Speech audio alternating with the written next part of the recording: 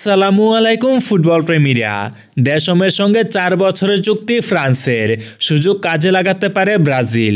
বিশ্বকাপ শুরুর পূর্বে দিদিয়ে দেশমকে একটি নির্দিষ্ট সীমানা দিয়েছিল ফ্রান্সের ফুটবল ফেডারেশনের সভাপতি, সেটা হচ্ছে অবশ্যই সেমিফাইনাল খেলতে হবে।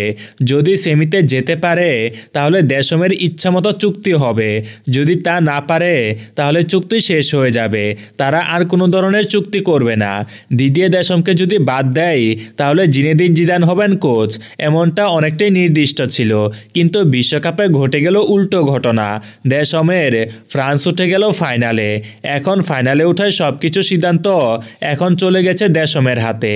আর দেশম নতুন চুক্তি করতে চাইলেন ফ্রান্সের সঙ্গে। ফ্রান্স ফুটবল ফেডারেশন তাই বাধ্য হয়েই তাকে মেনে নিতে হয়েছে।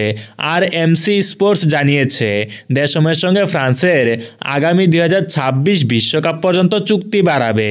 খুব শীঘ্রই আসতে পারে নতুন চুক্তির অফিসিয়াল ঘোষণা। এদিকে দেশমের ফ্রান্সের কোচ হওয়া মানে জিনেদিন জিদানকে আরও অপেক্ষা করতে হবে ফ্রান্সের কোচ হওয়ার জন্য। তাই জিদান এখন ক্লাবে কোচিংয়ে ফিরবেন। সেক্ষেত্রে ব্রাজিলের কাছেও সুযোগ এসেছে জিদানকে নিজেদের কোচ হিসেবে 2026 সাল পর্যন্ত অফার করার, কেননা এর আগে কোনোভাবেই ফ্রান্সের কোচ হতে পারবেন না তিনি। আর সিবিএফ যেহেতু একজন হাই প্রোফাইল কোচ নিয়োগ দিতে চাচ্ছে, তাই জিনেদিন জিদানই হতে পারে সবচেয়ে বড় নাম। তার অধীনে রিয়াল মাদ্রিদ অবিস্মরণীয় সাফল্য পেয়েছে। আপনাদের কি মনে হয়, ব্রাজিলের কি উচিত জিনেদিন জিদানকে ব্রাজিলের কোচ হওয়ার জন্য অফার করা? জানিয়ে দিন কমেন্ট করে।